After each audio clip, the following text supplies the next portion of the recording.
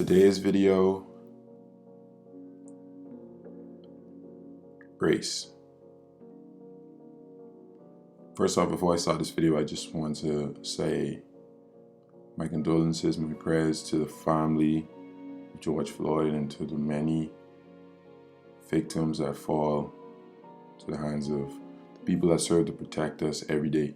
I woke up feeling a bit uneasy because I didn't address the situation, and it's something that's been weighing heavy on me for a little bit, and I want to use this situation as a way to bring awareness to the many injustices that happen, not only in America, but in the world towards people of color. I think it's time for me to address it in a way that I think is best. And the best way for me is to talk about my experiences and to bring light to what I learned about race and different things during my time living in America for 7 years. I want to start off by saying I am from the Bahamas. I'm from a predominantly black country, and my understanding of race was nothing compared to what I understand now, due to the fact that, and I know this is a debate going on in the Bahamas right now about whether or not race exists in the Bahamas. I would say that in my 16 years living in the Bahamas, I had never experienced any type of racial injustice, no type of racial encounters. And I'm speaking just from my personal experience of what I have seen and what I have experienced in Freeport. I can't speak for everybody in the Bahamas, of course. Everywhere is different, but I personally have never experienced it. So with that being said, I moved to America when I was 16, and that same understanding of race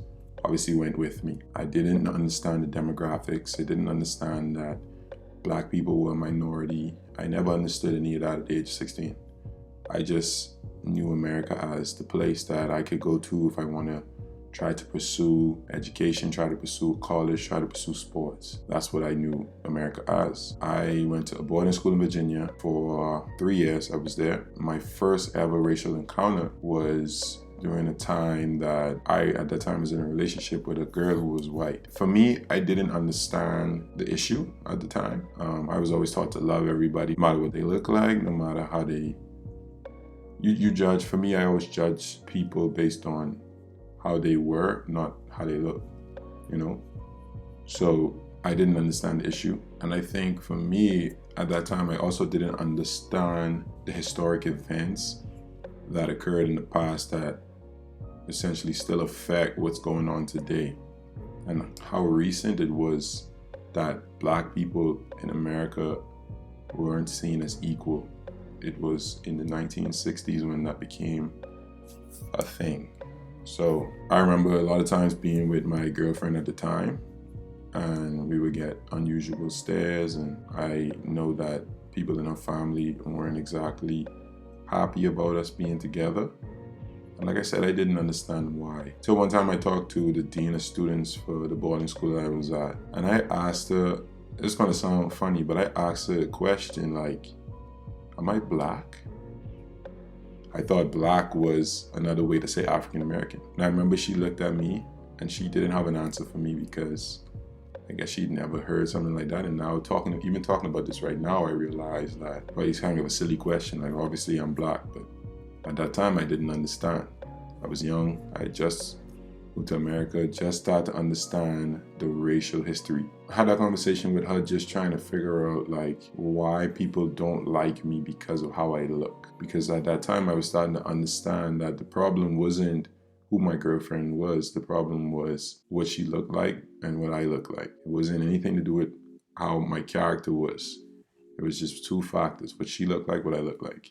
And I just couldn't understand that. That was so difficult for me being there and experiencing that. It's the first time I started to understand the importance of educating myself in that area of race. I started to get kind of like an obsession with history and an obsession with politics, and just trying to understand American history, trying to understand what is going on. And a lot of times I remember us going in public, we go into restaurants or going to like the movies, and me just being stared at in a weird way. And she's told me things that people have said to her that I obviously wouldn't say here, but some hurtful things that people close to her said to her. And that bothered me at the time because, like I said, I just couldn't understand what was going on and why it was happening. And I began to understand what racism was, how some people in America view me just because of my skin color. What's happening today isn't a coincidence. People have been talking about this for years and years and years. You might ask my opinion on the riots, on the looting and all that.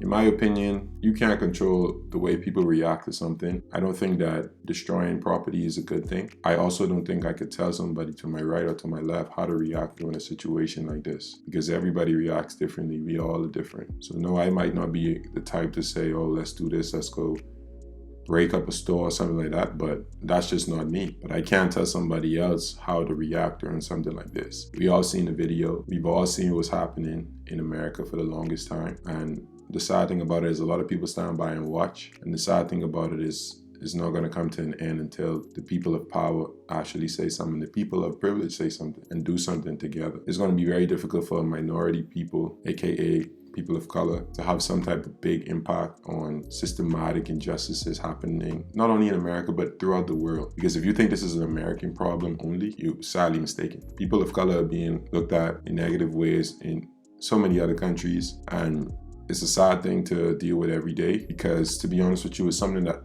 still affects me today. I always wonder how people view me. It bothers me a lot, and it's something I'm trying to get better with, and something I am trying to improve in my life, but it's not easy. There's many times I've been racially profiled, things I don't really want to relive, but it involved like the police, situations where I felt like I was just being targeted for no reason. There's been many times that I could talk about in college, in the university that I was at, dealing with that type of stuff, but I don't want to bring negative attention to places, because these places were some of the best times in my life, and those people were just a minority people, the racist people, of course. I say all that to say this: I'm aware of what's going on. I want to use this time to just talk about my experience and why this bothers me so much. It's not okay to treat people a certain way just because of how they look. We are all equal. We all bleed the same red. Doesn't matter how you look. It doesn't matter where you come from. It only matters what you bring to the table. That's all that matters. If you're a person of good character, if you're a person of great integrity, shouldn't matter how you look, shouldn't matter where you come from. All that matters is what can you bring to the table to make this world better, or to make other people better. That's the only thing that should matter. And I didn't plan anything today.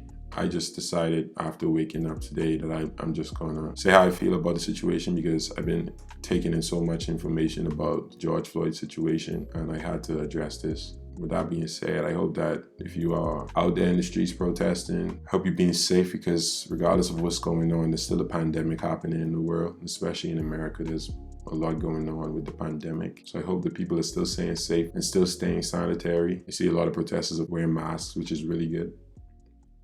Also, if you're watching this and you have a social media platform, which most of you do, use your platform as a way to reach out to people and bring awareness to situations that's happening now. If you're from the Bahamas and you've never experienced something like this, I get it, because like I said, I never experienced it in my years.